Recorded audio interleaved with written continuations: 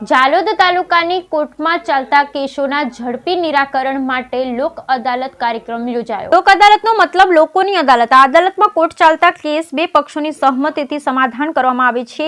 આવી લોક અદાલત યોજાવાથી સૌથી મોટો ફાયદો એ છે કે કોર્ટમાં ચાલતા કેસોમાં કોઈને સજા નથી થતી તેમજ બંને પક્ષો રાજી રહેવાથી તરત કેસનો નિકાલ થઈ જાય છે। લોક અદાલતની સૌપ્રથમ શરૂઆત 14 માર્ચ 1982ના રોજ કરવામાં આવી હતી।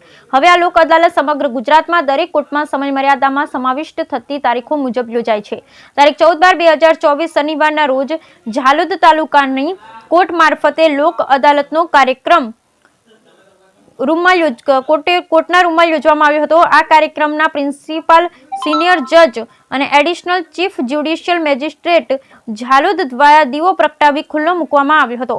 લોક અદાલતના નિકાલ માટે આવેલ બે પક્ષોની સમજાવટથી કોર્ટમાં ચાલતા કેસના સમાધાન કરવામાં આવ્યા હતા।